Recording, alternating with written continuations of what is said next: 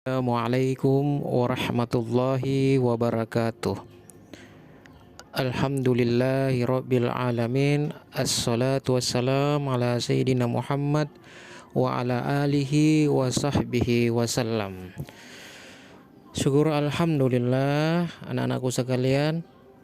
Mari kita senantiasa memanjatkan puji syukur kehadirat Allah Subhanahu wa taala.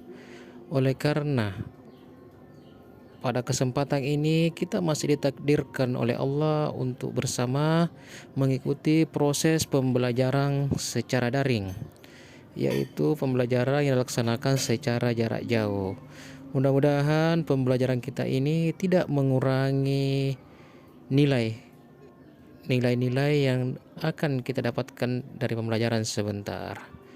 Baiklah anak-anakku sekalian yang saya banggakan dan saya cintai, insyaallah materi yang akan Bapak sampaikan hari ini yaitu terkait tahara. Tahara dalam segi bahasa berarti bersuci. Bersuci artinya membersihkan diri dan segala sesuatu yang bersentuhan langsung dengan kita dari segala kotoran, noda, baik yang sifatnya itu najis maupun hadas. Nah, oleh sebab itu dalam konsep tahara ini ada dua jenis, ada dua macam kotoran yang harus dibersihkan. Yang pertama itu dari segi najis, yang kedua hadas.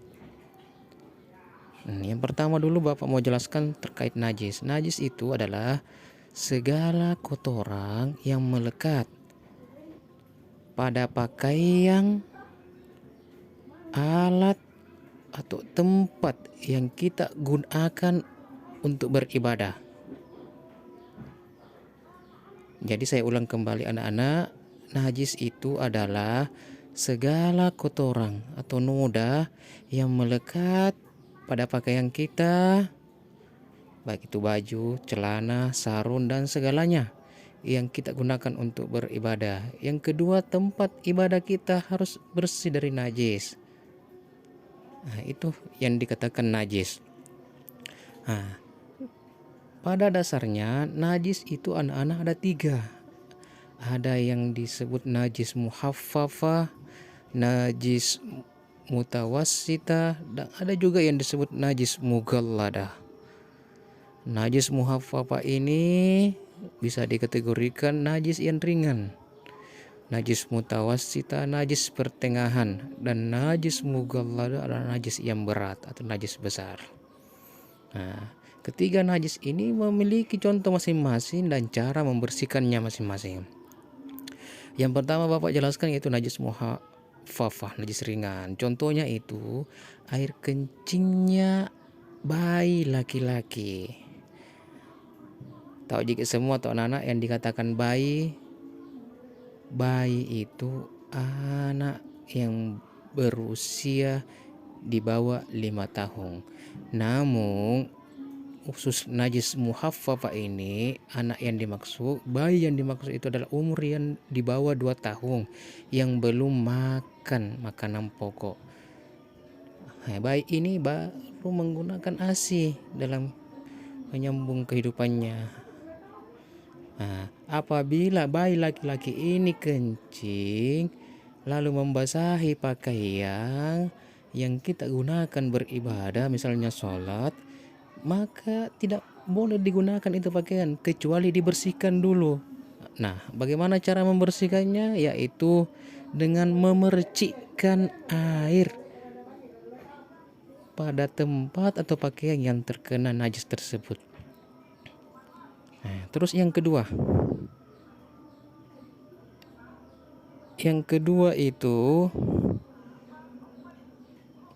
najis muwatawasita, najis pertengahan. Ini contohnya air kencing bayi yang perempuan,